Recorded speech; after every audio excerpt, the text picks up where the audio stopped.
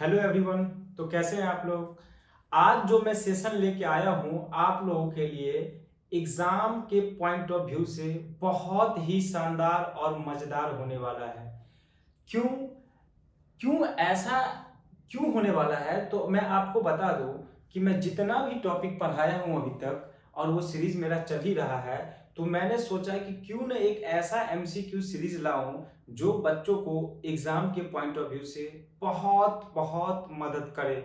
इस पीडीएफ से जो मैं आज पढ़ाऊंगा आपको, इसमें आपको मिलेगा 1857 से लेके 1947, 1857 से लेके 1947 तक जितने भी आंदोलन, प्रोटेस्ट, कांड, कुछ भी पार्टी, सारा का सारा मॉडर्न हिस्ट्री यहाँ से ए टू जेड ऑब्जेक्टिव क्वेश्चन आपको देखने को मिला है। हर एक टॉपिक से 3 4 5 जो भी क्वेश्चन हो आपको देखने को मिलेगा।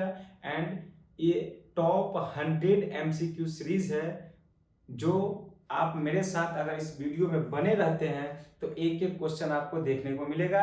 एंड अगर आप इसको अच्छे से देखते हो तो आपका एग्जाम जितना भी लाइक एग्जाम होता है कॉम्पिटिटिव का, like SSC, railway, PT, BPSC, वहां आपको यही क्वेश्चन देखने को मिलेगा।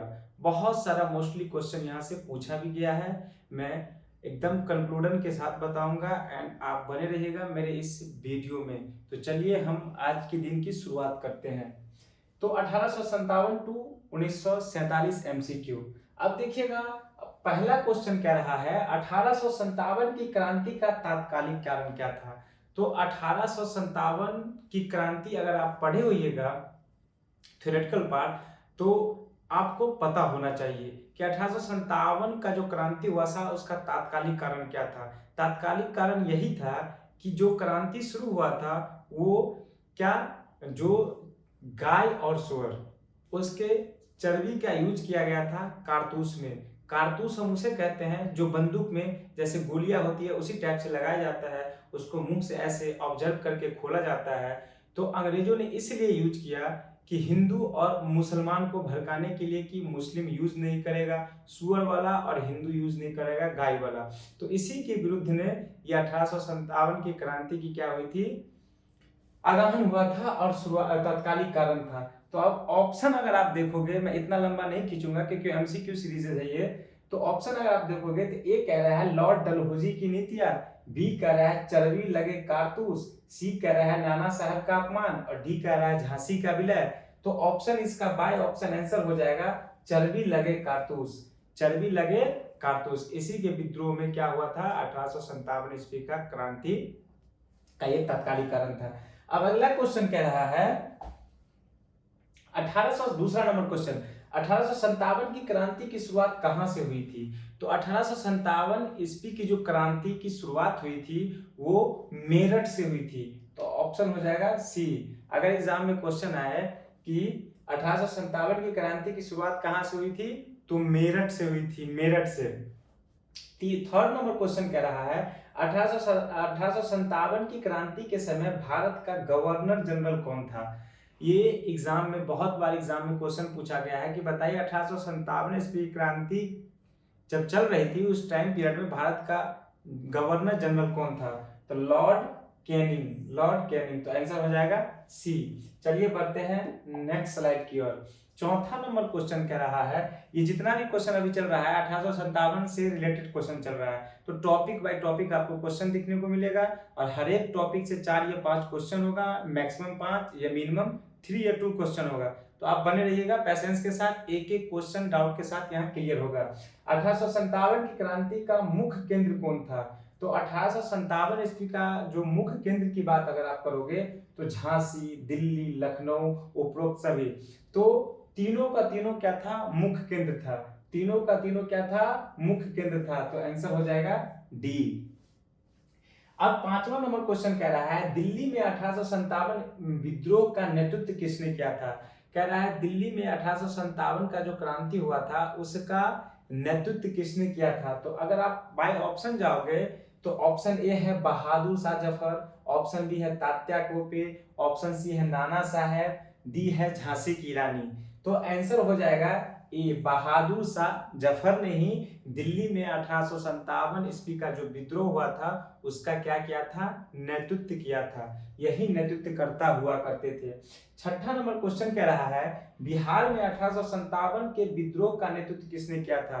अब क्वेश्चन आ गया बिहार से रिलेटेड कि 1857 ईस्वी का क्रांति जो हुआ था उसका नेतृत्व बिहार में किसने किया था। तो ऑप्शन जाओगे आप बाय ऑप्शन, तो ऑप्शन ए कह रहा है Mangal Pandey, no, option B कह रहा है कुंवर सिंह, डी सी कह रहा है नाना साहब, डी कह रहा है बरकत खां। तो ऑप्शन हो जाएगा बी, बाबू वीर कुंवर सिंह। इन्होंने ही 1857 ईस्वी क्रांति का बिहार से नेतृत्व किया था। ये जगदीशपुर से बिलोंग करते थे, आरा जगदीशपुर की धरती से, और ये 70-75 साल के बूढ़े होकर भी 1857 ईस्वी क्रांति में एक युवा वाले जोश से लड़े थे। एक प्रेरणा बने थे 1857 ईस्वी क्रांति का कि एक बूढ़े व्यक्ति जब ये गुजर रहे थे, जब इनके हाथों में गोली लग गई तो ये अपना हाथ काट के ही पानी में फेंक दिए, दहा दिए। कि इन्होंने ऐसी दिखाई थी जज्बात अपने 1857 ईस्वी क्रांति से, इनसे सीखना चाहिए था सभी लोगों को। तो आंसर हो जाएगा बाबू वीर कुंवर सिंह। अब चलिए बढ़ते हैं नेक्स्ट स्लाइड की ओर। 7वां नंबर क्वेश्चन कह रहा है 1857 की क्रांति में सबसे पहले फांसी किसे दी गई। तो 1857 ईस्वी की क्रांति में अगर सबसे पहले फांसी की बात आए तो सबसे पहले फांसी दी गई थी मंगल पांडे को। किसको? मंगल पांडे को, क्योंकि इन्होंने ही इस 1857 ईस्वी की क्रांति जो गाय और सुअर का चर्बी जो यूज किया गया था कारतूस में, इन्होंने ही उगाही किया था इसका। तो सबसे पहले मंगल पांडे को ही फांसी दी गई थी। अब कह रहा है 8वां नंबर क्वेश्चन 1857 की क्रांति को किसने सिपाही विद्रोह कहा था। 1857 ईस्वी की क्रांति को किसने सिपाही विद्रोह कहा था। तो 1857 ईस्वी की क्रांति को सिपाही विद्रोह कहने वाला कोई और नहीं, कार्ल मार्क्स हुआ करते थे। तो ऑप्शन हो जाएगा सी, कार्ल मार्क्स। उसके बाद 9वां नंबर क्वेश्चन कह रहा है 9th नंबर क्वेश्चन 1857 की क्रांति का अंत किस वर्ष हुआ था। तो 1857 ईस्वी का क्रांति का अगर आपसे अंत पूछा जाए तो हो जाएगा 1858। 1858, तो आंसर हो जाएगा ए, आंसर हो जाएगा ए। चलिए बढ़ते हैं नेक्स्ट क्वेश्चन की ओर। 10वां नंबर क्वेश्चन कह रहा है 1857 की क्रांति के बाद कौन सा अधिनियम पारित हुआ था। तो 1857 ईस्वी क्रांति के बाद अधिनियम 1858 का भारत शासन अधिनियम पारित हुआ था। 1858 का भारत शासन अधिनियम पारित हुआ था। अब अगला नंबर क्वेश्चन कह रहा है, अब देखिए 1857 से टॉपिक आया भारतीय राष्ट्रीय कांग्रेस, तो एक एक टॉपिक बाय टॉपिक चलेगा क्वेश्चन। एंड आप लोग घबराइए मत, सेशन के साथ बने रहिएगा। एक एक क्वेश्चन आपका यहीं से आएगा एग्जाम में और कंप्लीट भी होगा और आपको अच्छा भी लगेगा। आप बने रहिएगा इस सीरीज में। 11वां नंबर क्वेश्चन कह रहा है भारतीय राष्ट्रीय कांग्रेस की स्थापना कब हुई। मैंने ये सेपरेट वीडियो भी डाला हुआ है, मेरा सीरीज ही यहीं से स्टार्ट हुआ था। तो 1800 भारतीय राष्ट्रीय कांग्रेस का जो स्थापना हुआ था 1885 में, 1885 में। तो आंसर हो जाएगा बी। अगर पूछ दिया जाए कि बताइए 1885 में जो भारतीय राष्ट्रीय कांग्रेस का गठन हुआ था तो दिन क्या हुआ कर, सॉरी दिनांक क्या हुआ करता था, महीना कौन हुआ करता था, तो आप कमेंट के माध्यम से जरूर बताइएगा क्योंकि मैं ये चीजें पढ़ा रखा हूँ। अगला क्वेश्चन कह रहा है कांग्रेस की स्थापना किसने की थी। तो कांग्रेस की स्थापना एओ ह्यूम ने की थी। कांग्रेस की स्थापना एओ ह्यूम ने की थी। तो आंसर हो जाएगा सी। और आप लोग के लिए इस क्वेश्चन से रिलेटेड एक क्वेश्चन छोड़ के जाता हूं कि आप कमेंट बॉक्स के माध्यम से जरूर कमेंट कीजिएगा कि ये जो एओ ह्यूम हुआ करते थे ये किस देश के निवासी थे। मैंने बता रखा है, मैं पढ़ा रखा हूँ, इसीलिए आपसे पूछना मेरा हक है कि बताइएगा कि ये जो एओ ह्यूम थे जो भारतीय राष्ट्रीय कांग्रेस के संस्थापक जिसे कहा जाता है वो किस देश के निवासी थे। मोस्टली बार एग्जाम में ये क्वेश्चन पूछा गया है, तो जरूर कमेंट के माध्यम से आप बताइएगा। तो आंसर हो जाएगा एओ ह्यूम। चलिए बढ़ते हैं अगले क्वेश्चन की ओर। अगला क्वेश्चन कह रहा है कांग्रेस का पहला अधिवेशन कहाँ हुआ। अब क्वेश्चन आया कांग्रेस का पहला अधिवेशन कहाँ हुआ। तो कांग्रेस का पहला अधिवेशन बंबई में हुआ था, जो अभी का क्या है, मुंबई है। अब अगर एग्जाम में तो आंसर हो जाएगा ये। अगर एग्जाम में पूछा जाए कि बताइए भारतीय राष्ट्रीय कांग्रेस का जो पहला अधिवेशन बंबई जिसे अभी मुंबई कहते हैं वो कहाँ पे हुआ था, तो उस विद्यालय का नाम याद होना चाहिए, गोकुल दास तेजपाल संस्कृत महाविद्यालय बम्बई, वहीं हुआ था मीटिंग। अगर पूछ दिया जाए कि वहाँ क्यों हुआ था मीटिंग, कहाँ होना था, तो पुणे में होना था, बट पुणे में फ्लैग नाम की बीमारी आने के कारण पुणे से शिफ्ट कराया गया बम्बई, जो अभी का मुंबई है। तो याद रखिएगा। अगला क्वेश्चन कह रहा है कांग्रेस के पहले अध्यक्ष कौन थे? तो कांग्रेस के पहले अध्यक्ष उमेश चंद्र बनर्जी थे। तो आंसर याद रखिएगा, उमेश चंद्र बनर्जी थे। भारतीय राष्ट्रीय कांग्रेस का अधिवेशन जो मुंबई में हुआ था, जिसे हम उस टाइम पीरियड का बम्बई हुआ करता था, उस टाइम पीरियड में पहले अध्यक्ष बने थे WC बनर्जी। इसका फुल फॉर्म होता है उमेश चंद्र बनर्जी। तो ऑप्शन हो जाएगा बी। चलिए बढ़ते हैं अगले क्वेश्चन की ओर। 15 नंबर क्वेश्चन कह रहा है कांग्रेस की स्थापना के समय वाइसराय कौन था? कांग्रेस की स्थापना के समय वाइसराय कौन था? इस क्वेश्चन का आंसर आप कमेंट बॉक्स के माध्यम से जरूर आंसर देना। मैं ये अच्छे से पढ़ा रखा हूँ ये टॉपिक, तो ये क्वेश्चन आप लोगों के लिए, इसका 15 नंबर क्वेश्चन का आंसर आप लोग जरूर कमेंट कीजिएगा। चलिए बढ़ते हैं अगले क्वेश्चन की ओर। अगला क्वेश्चन कह रहा है बंगाल विभाजन कब हुआ था? अब बंगाल विभाजन से क्वेश्चन आया। बंगाल विभाजन अगर बाय ऑप्शन आप जाओगे तो 1905 में हुआ था। आपको थोड़ा सा मैं बता दूं यहाँ डीपली, बंगाल जो कि बहुत बड़ा प्रांत हुआ करता था, उसके अंदर उड़ीसा, बिहार, बहुत सारे प्रांत, बहुत बड़ा प्रांत हुआ करता था, बहुत सारे उसमें एडम थे, उसकी जनसंख्या बहुत ज्यादा थी और वहीं से पूरा का पूरा सरकार चलाया जाता था। वहाँ हिंदू और मुसलमानों की जनसंख्या बहुत थी। प्रांत बड़ा होने के कारण तो जिस एरिया में ज्यादा मुसलमान था और जिस एरिया में कम हिंदू था, तो उसको एरिया वाइज बांट दिया, पूर्वी बंगाल और पश्चिमी बंगाल। आज का वही पूर्वी बंगाल क्या है, बांग्लादेश है, और पश्चिम बंगाल क्या है, कोलकाता पश्चिम बंगाल, आप अच्छे से जानते हो। तो उसी को दो भागों में बांट दिया गया था। किसके द्वारा? लॉर्ड कर्जन के द्वारा। वाइसराय कौन हुआ करते थे? Lord Curzon. तो कब? 1905। तो बंगाल विभाजन कब हुआ? 1905। चलिए बढ़ते हैं अगले क्वेश्चन की ओर। अब एज इट इज वही क्वेश्चन आ गया, बंगाल विभाजन के समय वाइसराय कौन थे? तो मैंने अभी आपको बताया कि जब बंगाल विभाजन 1905 में हुआ था, तो उस टाइम पीरियड में जो वाइसराय हुआ करते थे भारत के, वो लॉर्ड कर्जन हुआ करते थे, लॉर्ड कर्जन। तो याद रखिएगा, आंसर हो जाएगा बी, लॉर्ड कर्जन। चलिए बढ़ते हैं अगले क्वेश्चन की ओर। अगला क्वेश्चन कह रहा है स्वदेशी आंदोलन का नारा क्या था? स्वदेशी आंदोलन की नारे की बात आए तो आप अगर ऑप्शन बाई देखोगे तो ऑप्शन ए कह रहा है देसी वस्त्र अपनाओ, ऑफ कोर्स, तो ये भी सही हो जाएगा। बी कह रहा है विदेशी वस्त्र जलाओ, ऑफ कोर्स, यही तो हम लोग का फंडा ही था कि देसी अपनाओ और विदेशी जलाओ, तो ये भी हो जाएगा, ये भी हो जाएगा। स्वदेशी अपनाओ, गुड, तो क्या हो जाएगा? स्वदेशी मतलब खुद का बना हुआ कपड़ा, और तो आंसर हो जाएगा डी, उपरोक्त सभी। ये सारा चीज का नारा स्वदेशी आंदोलन के बीच दिया गया था। तो याद रखिएगा, कुछ आंसर जब भी उपरोक्त सभी अगर ऑप्शन में आए तो आपको तीनों को अच्छे ढंग से पढ़ना होता है और तीनों को देखना होता है कि एक दूसरे से मिला हुआ है कि नहीं। अगर तीनों का तीनों ऑप्शन हो तो ऑप्शन हो जाएगा डी, उपरोक्त सभी। अगला क्वेश्चन कह रहा है कांग्रेस का विभाजन कब हुआ? कांग्रेस की विभाजन की बात आती है तो कांग्रेस का विभाजन सन 1907 में हुआ था। 1907 अगर पूछ दिया जाए कहां, तो 1907 में किस अधिवेशन में हुआ था? तो सूरत अधिवेशन में हुआ था।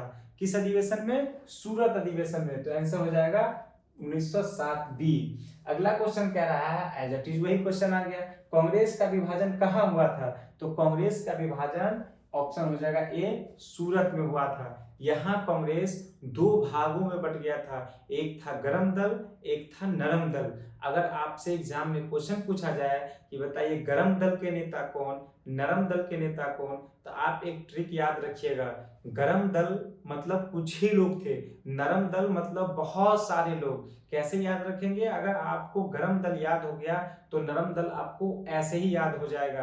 गरम दल के मोस्टली 3-4 ही नेता हुआ करते थे, 3 का तो नाम आपको ऐसे ही याद हो जाएगा, लाल बाल पाल, लाला लाजपत राय, बिपिन चंद्र पाल और बाल गंगाधर तिलक, और एक और हुआ करते थे अरविंदो घोष। तो अगर आपको ये 4 नाम याद हो गया, 3 तो ट्रिक से ही हो गया, लाल बाल पाल और एक अरविंद घोष, तो ये गरम दल के नेता थे।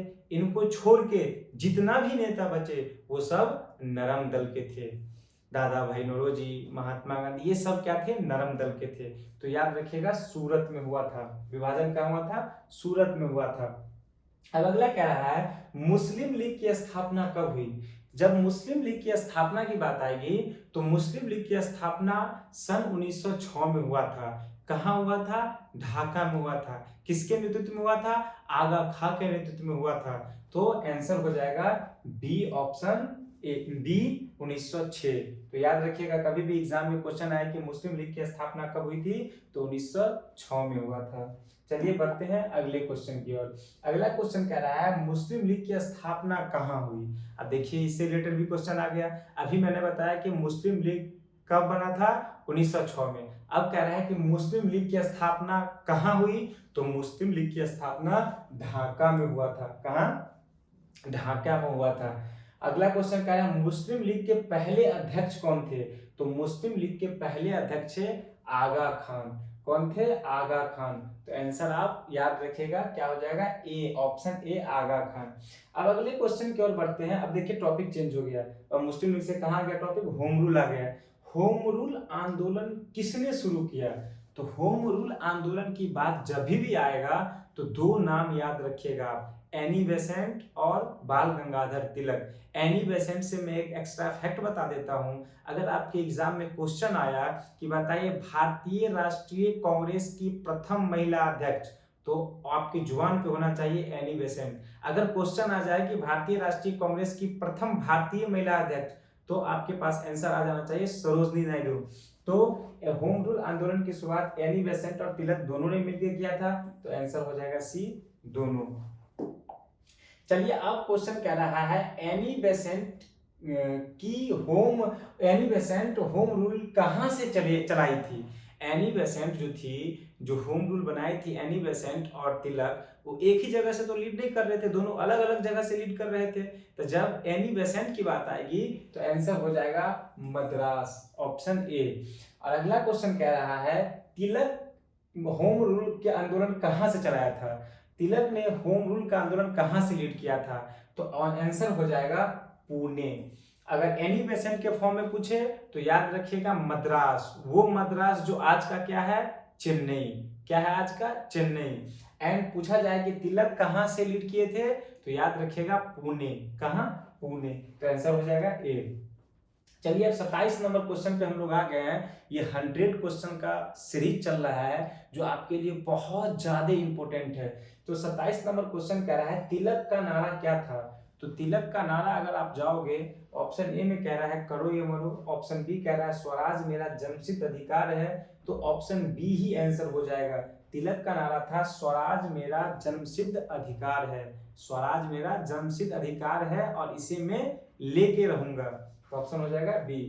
चलिए बढ़ते हैं अगले क्वेश्चन की ओर। अब अगला क्वेश्चन कह रहा है रॉलेट एक्ट कब पारित हुआ था। अब बात आ गई रॉलेट एक्ट की। आपको पता होना चाहिए, मैं थोड़ा अगर डीपली बताऊं कंक्लूड करके, तो Rowlatt act sir Sydney Rowlatt ने ही पारित किया था, जनरल ओ डायर के सिफारिश पे। रॉलेट एक्ट आया ही था, न अपील न दलील न वकील। तीन शब्द याद रखिएगा, न अपील न दलील न वकील। क्यों, क्योंकि हम भारतीय जब प्रोटेस्ट के लिए यूनिट होके कहीं भी प्रोटेस्ट करते थे तो अंग्रेजों को लगा कि ये सही नहीं कर रहा है, इसीलिए एक कानून बना दिया जिसका नाम, एक जज हुआ करता था, वो अपने नाम से ही नाम रख दिया रॉलेट एक्ट। उनका नाम हुआ करता था सर सिडनी रॉलेट। अगर पूछा जाए कि बताइए जिस जज ने बनाया रॉलेट एक्ट उसका नाम क्या, तो सर सिडनी रॉलेट।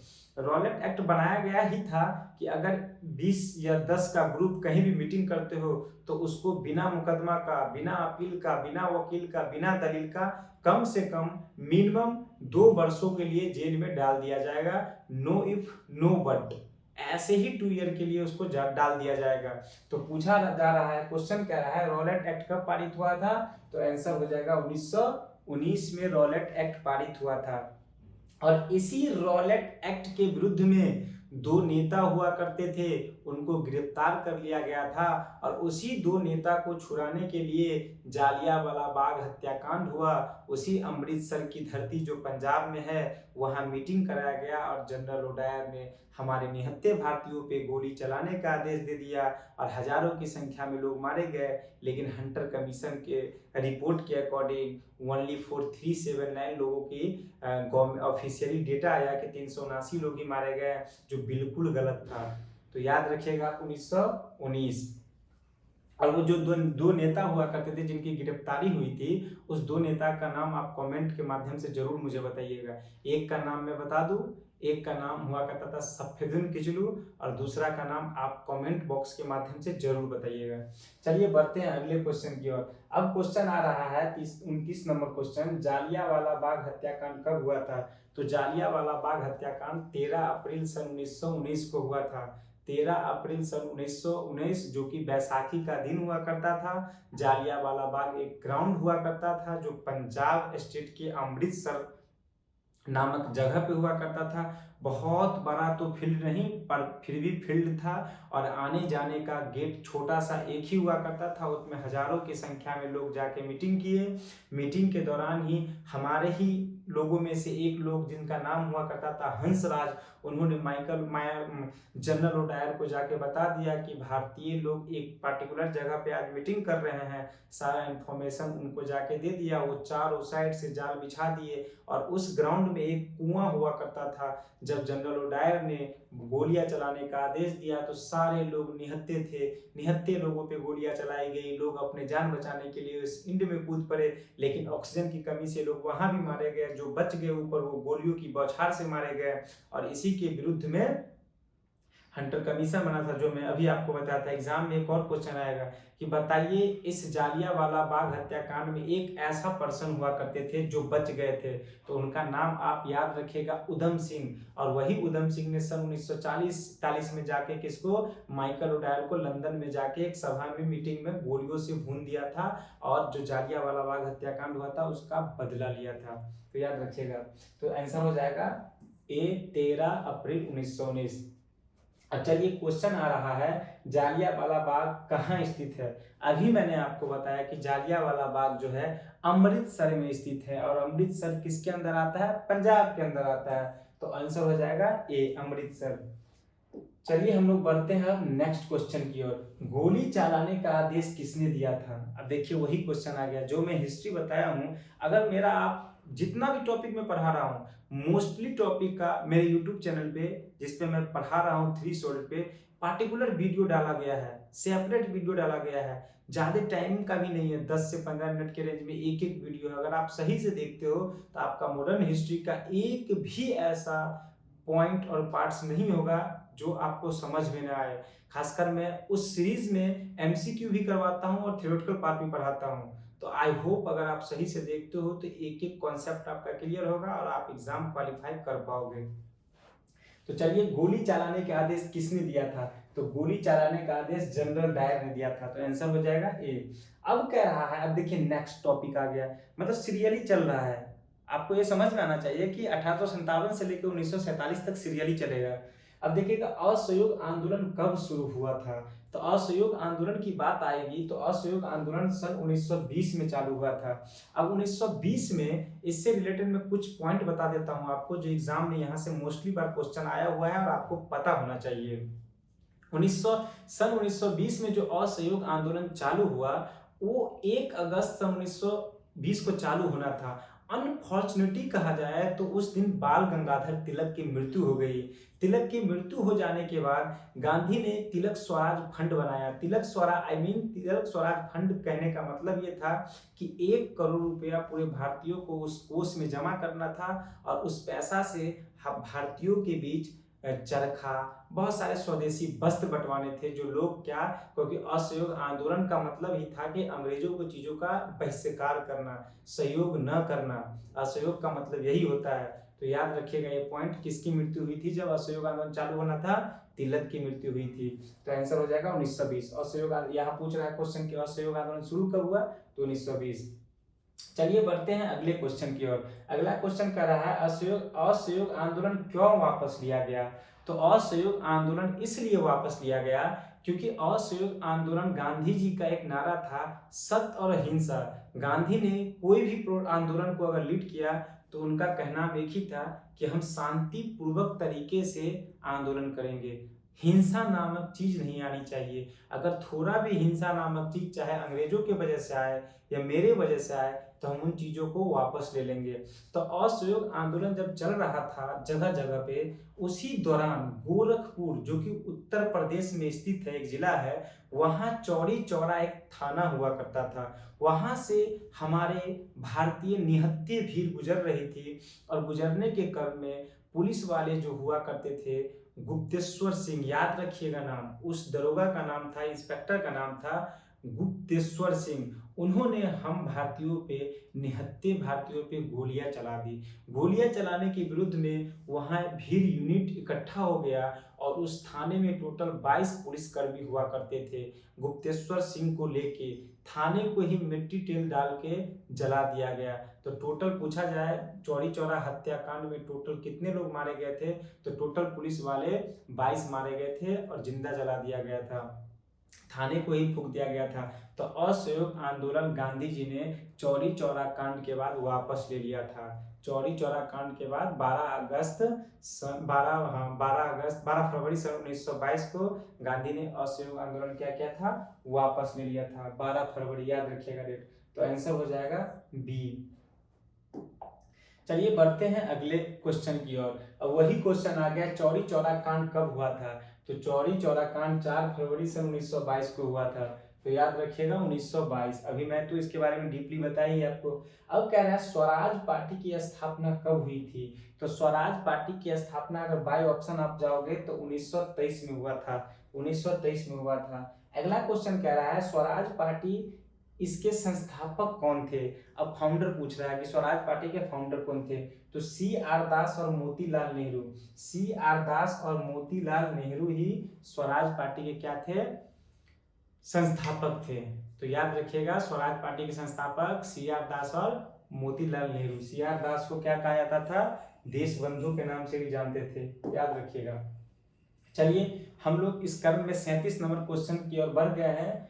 थोड़ा वीडियो लंबा होगा बट एक एक फैक्ट में बता रहा हूं, तो आप वीडियो के साथ बने रहिएगा, अच्छे से आपको समझ में आएगा, अच्छे से। अब काकोरी कांड कब हुआ था। काकोरी कांड की बात जब आए तो आप याद रखिएगा, एक ट्रेन थी जो क्या, लखनऊ के जगह काकोरी, लखनऊ के नियर ही काकोरी नामक क्या था, एक स्टेशन था, वहां से गुजर रही थी। उसमें सरकारी खजाना था। आई मीन अगर कहे तो सरकारी खजाना, शासन तो अंग्रेजों का हुआ करता था, लेकिन हम भारतीयों के पास शस्त्र नहीं थे, लड़ने के लिए शस्त्र नहीं थे, तो हम कैसे अंग्रेजों का सामना करते। तो कुछ क्रांतिकारी वीर ने योजना बनाई कि क्यों न इस खजाने को ही लूट लिया जाए और अंग्रेजों से हम सामना करेंगे इसी बंदूक को लेके। तो उसका ही प्लान बना के उस ट्रेन को लूटा गया। बट अपॉर्चुनिटी क्या हुआ, पकड़े गए सब। बहुत सारे लोग को, 4-5 लोगों को फांसी दिया गया एंड बहुत सारे लोगों को आजीवन कारावास दिया गया। एक ही व्यक्ति हुआ करता था जो बच निकले, चंद्रशेखर आजाद। तो यहाँ जितना क्वेश्चन पूछ रहा है उतना मैं आंसर बताता हूँ। काकोरी कांड कब हुआ, तो 9 अगस्त सन 1925 को काकोरी कांड हुआ। अगला क्वेश्चन कह रहा है काकोरी कांड का नेतृत्व किसने किया था। तो अगर बाय ऑप्शन अगर आप जाओगे तो Ram Prasad Bismil, of course, Ashfaq Ullah Khan, very good, Chandrashekhar Azad, उपरोक्त सभी। तो काकोरी कांड का नेतृत्व इन सभी ने किया था। तो आंसर हो जाएगा उपरोक्त सभी। अब 39 नंबर क्वेश्चन कह रहा है काकोरी कांड किस ट्रेन में हुआ था। ये भी बहुत बार एग्जाम में क्वेश्चन पूछा गया है, तो याद रखिएगा Lucknow Saharanpur down train, Lucknow Saharanpur 8 down train, यही पैसेंजर ट्रेन हुआ करती थी जो जिसमें सरकारी खजाना ले जाया जाता था और हमारे क्रांतिकारियों के द्वारा लूट की योजना बना के लूटा गया। चलिए बढ़ते हैं अगले क्वेश्चन की ओर। साइमन कमीशन कब नियुक्त किया गया था। तो साइमन कमीशन नियुक्ति की बात आए तो 1927 में नियुक्त किया गया था। साइमन कमीशन डेट पूछा जाए तो 8 नवंबर सन 1927 को साइमन कमीशन लंदन में बना था। और भारत अगर पूछ दिया जाए कि बताइए साइमन कमीशन भारत कब आया, तो साइमन कमीशन भारत 3 फरवरी सन 1928 को आया था। कहाँ? बम्बई, जो आज का क्या है मुंबई, वहीं पे। अगला क्वेश्चन कह रहा है साइमन कमीशन में भारतीय सदस्य कितने थे? तो अगर आप इसका आंसर देखोगे बाय ऑप्शन तो 0 हो जाएगा, क्योंकि साइमन कमीशन में अगर पूछ दिया जाता है कि बताइए टोटल कितने सदस्य हुआ करते थे, तो टोटल 7 सदस्य हुआ करते थे, और सातों के सातों ब्रिटिश मेंबर के पार्लियामेंट हुआ करते थे, सांसद हुआ करते थे। इसी का ना विरोध हुआ था, क्योंकि साइमन कमीशन बना ही था भारतीय संविधानों के सुधार के लिए, और उसमें एक भी भारतीय नहीं थे। इसी का विरुद्ध हुआ, और इसी के विरुद्ध में साइमन कमीशन यहाँ आया था, और लाला लाजपत राय की अगुवाई वाली टीम ने इसका विरोध किया था, और उसी में लाला लाजपत राय को लाठियों से पीट के घायल कर दिया गया था, और लाला लाजपत राय को 17 नवंबर सन 1928 को लाला लाजपत राय मारे गए, उनकी डेथ हो गई। साइमन गो बैक का नारा किसने दिया था? तो लाला लाजपत राय ने। तो ऑप्शन हो जाएगा बी। चलिए बढ़ते हैं अगले क्वेश्चन की ओर। साइमन कमीशन के विरोध में लाठीचार्ज से किस नेता की मृत्यु कर दिया गया था? तो साइमन कमीशन के विरुद्ध में लाठीचार्ज करके अगर किसी नेता को घायल कर दिया गया था, तो वो नेता हुआ करते थे लाला लाजपत राय। तो ऑप्शन हो जाएगा बी। अब अगला क्वेश्चन कह रहा है नेहरू रिपोर्ट कब प्रकाशित हुई थी? तो नेहरू रिपोर्ट सन 1928 में प्रकाशित हुई थी। नेहरू रिपोर्ट का मुख्य उद्देश्य क्या हुआ करता था? तो नेहरू रिपोर्ट का मुख्य उद्देश्य हुआ करता था संविधान निर्माण की योजना। संविधान निर्माण की योजना। नेहरू, अगला क्वेश्चन कर रहा है नेहरू रिपोर्ट के अध्यक्ष कौन थे? तो नेहरू रिपोर्ट के अध्यक्ष मोतीलाल नेहरू थे। तो ऑप्शन हो जाएगा बी। कांग्रेस का लाहौर अधिवेशन कब हुआ था? तो कांग्रेस का लाहौर अधिवेशन 1929 में हुआ था, और इसके अध्यक्ष के बारे में पूछ दिया जाए तो याद रखिएगा जवाहरलाल नेहरू। कौन थे? जवाहरलाल नेहरू। और इसमें क्या पूर्ण स्वराज का नारा इसी अधिवेशन में लिया गया था। तो आंसर याद रखिएगा 1929। 48 नंबर क्वेश्चन कह रहा है लाहौर अधिवेशन में क्या घोषणा की गई? तो लाहौर अधिवेशन में पूर्ण स्वराज की घोषणा की गई। लाहौर अधिवेशन में पूर्ण स्वराज की घोषणा की गई। चलिए बढ़ते हैं अगले क्वेश्चन की ओर। पूर्ण स्वराज दिवस कब मनाया जाता है? तो पूर्ण स्वराज दिवस 26 जनवरी सन 1930 को मनाया जाता है। पूर्ण स्वराज दिवस 26 जनवरी सन 1930 को मनाया जाता है। अगला क्वेश्चन कह रहा है, चलिए हम लोग आधा सफर तय कर लिए, क्वेश्चन नंबर 50 आ चुका है, तो आप लोग बने रहिएगा मेरी सीरीज के साथ। 50 नंबर क्वेश्चन कह रहा है नमक सत्याग्रह कब चालू हुआ था? तो नमक सत्याग्रह 12 मार्च सन 1930 को गांधी जी के द्वारा साबरमती आश्रम से लेके दांडी मार्च तक हुआ था। कितने मील की दूरी हुआ करता था? 241। कितने किलोमीटर? 385 किलोमीटर। कितने अनुयायी गांधी जी के साथ गए थे? तो 78 अनुयायी गांधी जी के साथ गए थे। कब पहुंच गए थे? तो 5 अप्रैल को ही गांधी जी दांडी नामक तट पे पहुंच गए थे। और कब नमक कर को तोड़े? तो 6 अप्रैल। याद रखिएगा आप, 6 अप्रैल। गांधी ने नमक यात्रा कहां से शुरू की थी? लीजिए एज इट इज मैंने जो आपको पूरा का पूरा हिस्ट्री बता दिया, वहीं से क्वेश्चन होगा। गांधी जी ने नमक यात्रा कहां से शुरू की थी? तो अपने साबरमती आश्रम से। कहां तक? तो दांडी तक। चलिए दांडी मार्च कितने दिन तक चला था? तो दांडी मार्च 24 दिन तक चला था। कितने दिन तक? 24 दिन तक चला था। अगला क्वेश्चन कह रहा है दांडी मार्च की दूरी कितनी थी? तो दांडी मार्च की दूरी 241 मील थी। अगर किलोमीटर में पूछ दिया जाए तो 385 किलोमीटर थी। गांधी इरविन समझौता कब हुआ था? तो गांधी इरविन समझौता 1931 को हुआ था। अगर डेट पूछ दिया जाए तो याद रखिएगा 5 मार्च 1931 को गांधी इरविन समझौता हुआ था। चलिए बढ़ते हैं अगले क्वेश्चन की ओर। 55 नंबर क्वेश्चन कह रहा है गांधी ने किस आंदोलन के दौरान यह समझौता किया था? किस आंदोलन के दौरान यह समझौता किया था? तो सविनय अवज्ञा आंदोलन के दौरान गांधी ने यह समझौता किया था। सविनय अवज्ञा आंदोलन का डेट पूछ दिया जाए तो कब? 1930। इसकी पूछ दिया जाए तो 1930। अब अगला क्वेश्चन कह रहा है पहला गोलमेज सम्मेलन कब हुआ था?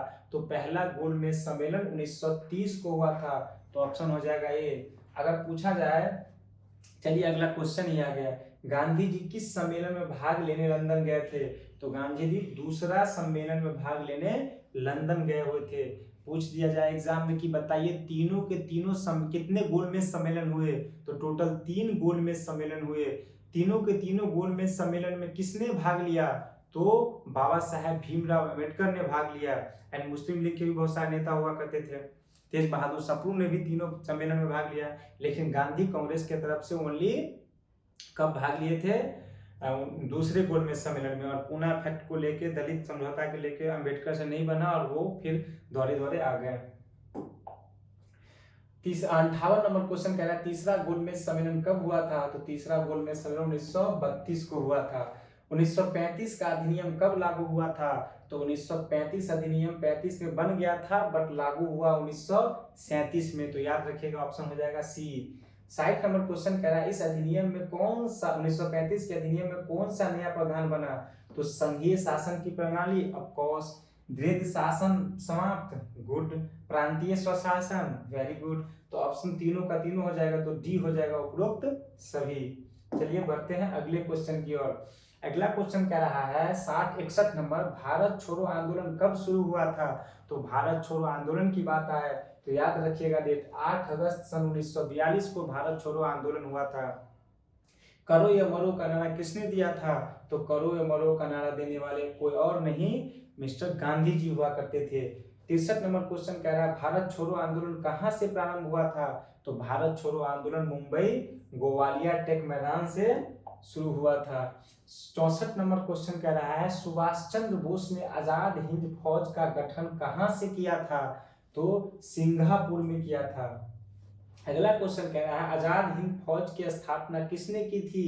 तो आजाद हिंद फौज की स्थापना सुभाष चंद्र बोस ने किया था। 66 नंबर क्वेश्चन कह रहा है सुभाष चंद्र बोस का प्रसिद्ध नारा क्या था?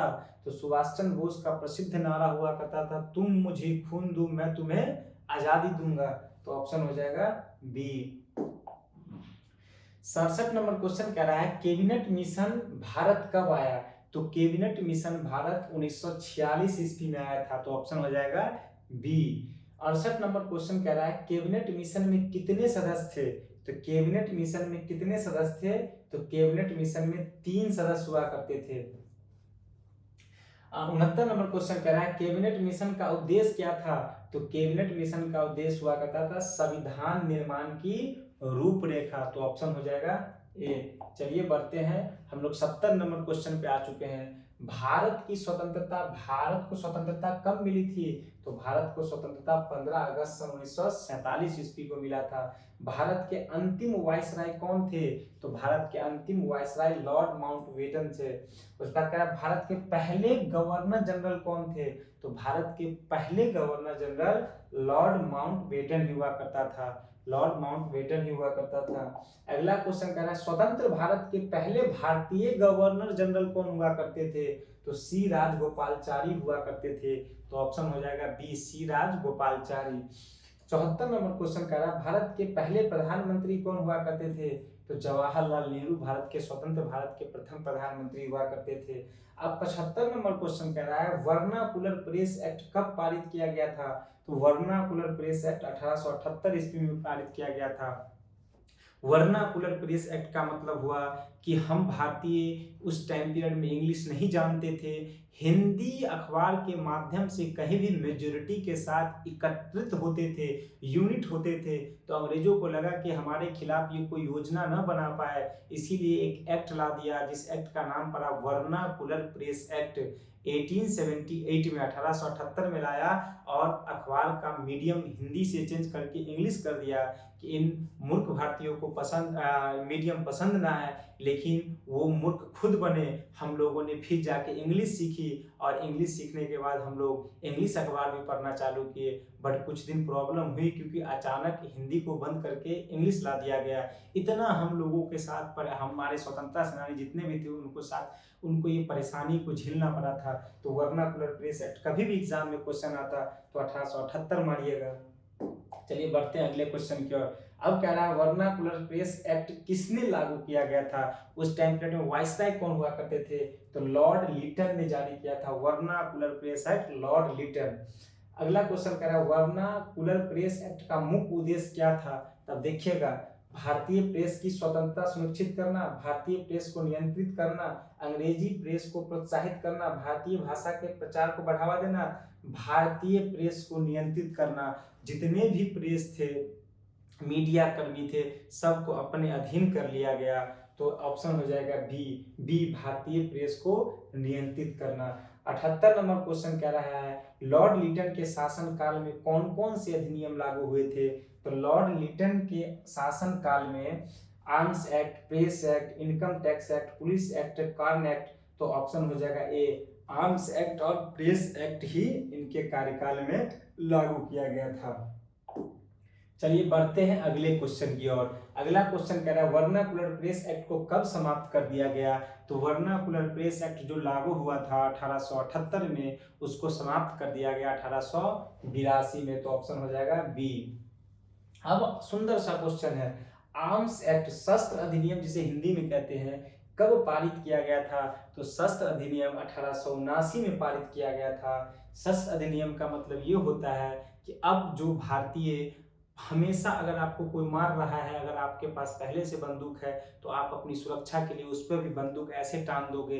तो अंग्रेजों ने कहा कि जिसके पास अब लाइसेंस होगा वही बंदूक रखेगा, जितना भी पुरानी बंदूक है सब क्या हो गया, गैर कानूनी हो गया, उस पर केस किया जाएगा। इसीलिए क्या ला दिया, शस्त्र अधिनियम ला दिया, सॉरी आर्म्स एक्ट ला दिया, शस्त्र अधिनियम उसे हिंदी में कहते हैं। तो आंसर हो जाएगा 1879 में लाया गया था ये। आर्म्स एक्ट किस वायसराय के शासन काल में पारित हुआ था? तो आर्म्स एक्ट किस वायसराय के शासन काल में पारित हुआ था? तो लॉर्ड रिपन के शासन काल में, सॉरी लॉर्ड लिटन के ही शासन काल में ये भी पारित हुआ था। तो ऑप्शन हो जाएगा बी।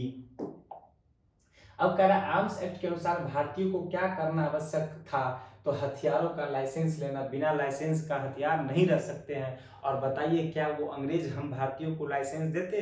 कोई अपने पैर पे खुद को कुल्हाड़ी मारेगा? कतई नहीं, क्योंकि उन्होंने इसीलिए लाया था आर्म्स एक्ट कि भारतीयों के पास जो भी बंदूक है अब गैर कानूनी घोषित हो जाए और वो बंदूक से गोलियां नहीं चला सकते हैं, अगर चलाएंगे तो वो जेल जाएंगे।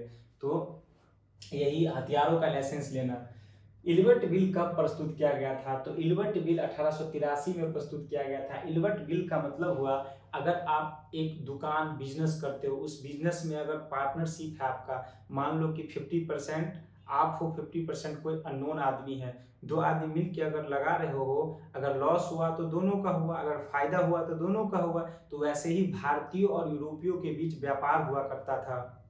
उस व्यापार में पूरे के पूरे सिस्टम को नियंत्रित किया जाता था, अगर लॉस हो तो दोनों का, फायदा हो तो दोनों का। लेकिन अंग्रेजों के द्वारा इल्बर्ट बिल ला दिया गया कि अगर लॉस होता है तो भारतीयों का, फायदा होता है तो यूरोपियों का, उसमें जज भी यूरोपियन, वकील भी यूरोपियन। तो पूछा जाए इल्बर्ट बिल कब पारित हुआ था? 1883 ईस्वी में। इल्बर्ट बिल किसके शासनकाल में प्रस्तुत किया गया था? तो इल्बर्ट बिल लॉर्ड रिपन के शासनकाल में पारित किया गया, प्रस्तुत किया गया था।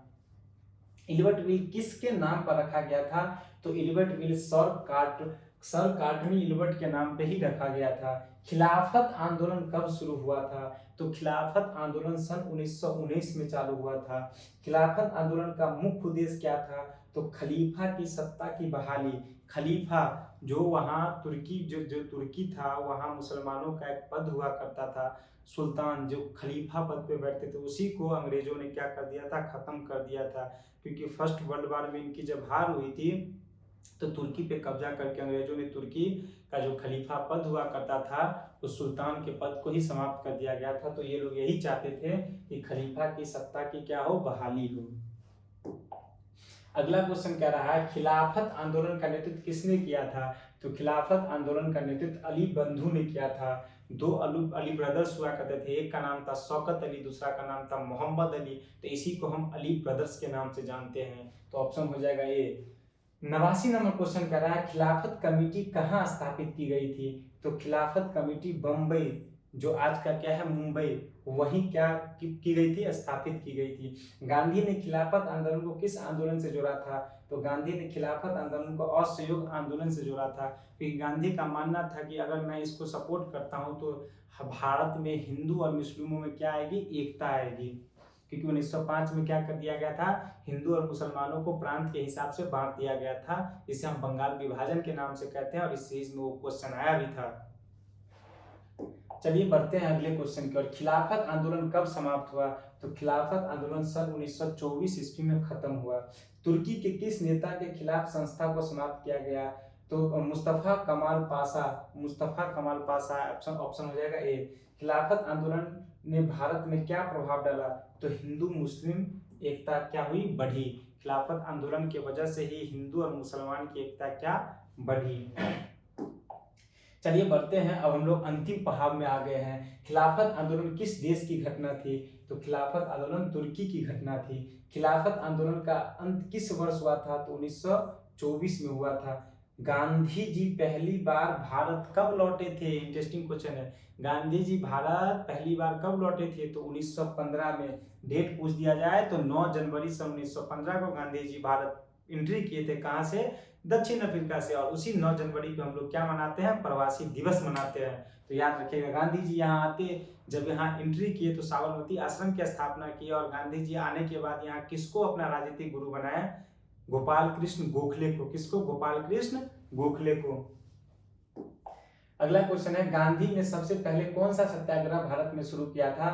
तो चंपारण सत्याग्रह गांधी ने सन 1917 में, जो नील की खेती के विरुद्ध में तिनकठिया प्रथा जिसे कहा गया था, कहाँ? बिहार के चंपारण बेतिया साइड में, चंपारण जो हुआ करता था, वही गांधी आके इस आंदोलन का नेतृत्व किया था। और एग्जाम में क्वेश्चन पूछा जाए कि बताइए चंपारण गांधी को किसने बुलाया था? तो एक राजकुमार शुक्ल नाम के नेता हुआ करते थे, किसान नेता, उन्होंने ही अपने आह्वान पे गांधी को बुलाया था। और एग्जाम में क्वेश्चन पूछा जाए, बताइए गांधी को किसने बचाया था? तो बत्तख मियां ने। गांधी को महात्मा की उपाधि किसने दी? तो गांधी को महात्मा को उपाधि देने वाले कोई और नहीं, रविंद्रनाथ टैगोर हुआ करते थे। तो ऑप्शन हो जाएगा सी। यही रविंद्रनाथ टैगोर जिन्होंने, जब बंगाल विभाजन हुआ था तो हिंदू और मुसलमानों को 16 अक्टूबर को बोला गया था 1905 में कि प्रांतों के हिसाब से बांट दिया, दिल नहीं बांटा है, जगह बांटा है, इंसान नहीं बांटा है, लहू नहीं बांटा है। हिंदू भाई मुसलमान के हाथों में और मुसलमान भाई हिंदू के हाथों में राखी बांध के, और उसी दिन से हम रक्षाबंधन का त्योहार मनाने लगे, इन्हीं के आह्वान पे। रविंद्रनाथ टैगोर, रविंद्रनाथ टैगोर को ही अंग्रेजों की तरफ से कौन सा उपाधि मिला था? नाइट की उपाधि मिला था। गांधी जी को केसरे हिंद की उपाधि दी गई थी। 99 नंबर क्वेश्चन कह रहा है, असहयोग आंदोलन गांधी ने कब शुरू किया था? तो असहयोग आंदोलन गांधी ने 1920 में शुरू हुआ था। इस सीरीज में रिपीटेड क्वेश्चन है। चलिए अब हम लोग आ गए हैं अपने अंतिम पड़ाव और 100 नंबर क्वेश्चन पे। 100 क्वेश्चन मेरा यहाँ पूरा होगा और आप लोग इस वीडियो को जरूर देखिएगा। तो पहले हम 100 नंबर क्वेश्चन देखते हैं। गांधी जी का निधन कब और कहाँ हुआ? तो गांधी जी का निधन 30 जनवरी 1948 को दिल्ली बिरला हाउस जो हुआ करते थे, प्रार्थना सभा में जा रहे थे, उसी टाइम पीरियड में नाथूराम गोडसे जो हिंदू समाज के नेता हुआ करते थे, उनके द्वारा गोलियों से भून दिया गया और गांधी मारे गए। पूछा जाएगा कि बताइए किस बंदूक से मारा था? तो वेरेना M1934, बंदूक का नाम याद रखिएगा, वेरेना M1934 से नाथूराम गोडसे ने गांधी को गोली मारा था और गांधी मारे गए। तो 30 जनवरी सन 1948 नई दिल्ली। चलिए तो मेरा सेशन यही समाप्त होता है और आई होप मैं अपना पूरा 100% दे के आपको ये 100 क्वेश्चन समझाया हूँ। तो आप लोग इस वीडियो को जरूर देखिएगा और चैनल को सब्सक्राइब कीजिएगा, वीडियो को लाइक कीजिएगा, दोस्तों में शेयर कीजिएगा। और ये सीरीज कैसा लगे आपको, कैसा लगा आपको, ये जरूर आप कमेंट के माध्यम से बताइएगा, क्योंकि मैं आपके लिए बहुत मेहनत कर रहा हूँ। ये सीरीज लाया हूँ इसलिए कि 1857 से लेके 1947 तक जितना भी MCQ क्वेश्चन आता है किसी भी टॉपिक से रिलेटेड, मैं अब लगभग टॉपिक को कवर किया हूँ। जो अगर थोड़ा मोड़ा क्वेश्चन छूट गया होगा उसका मैं एक सीरीज और बनाऊंगा 500 इतिहास का, मैं पूरा का पूरा एक 500 MCQ सीरीज लाने वाला हूँ, जो किसी भी एग्जाम के पॉइंट ऑफ व्यू से बहुत बहुत महत्वपूर्ण होने वाला है। तो आप इस 100 क्वेश्चन को जरूर अपना प्यार दीजिएगा और देखिएगा, और मेरे चैनल को सब्सक्राइब करना नहीं भूलिएगा। तो कैसा लगा मेरा ये वीडियो आप कमेंट के माध्यम से जरूर बताइएगा। तो चलिए आज के लिए इतना ही काफ़ी है और मैं मिलता हूँ अगले वीडियो में। आपका दिन शुभ हो। धन्यवाद।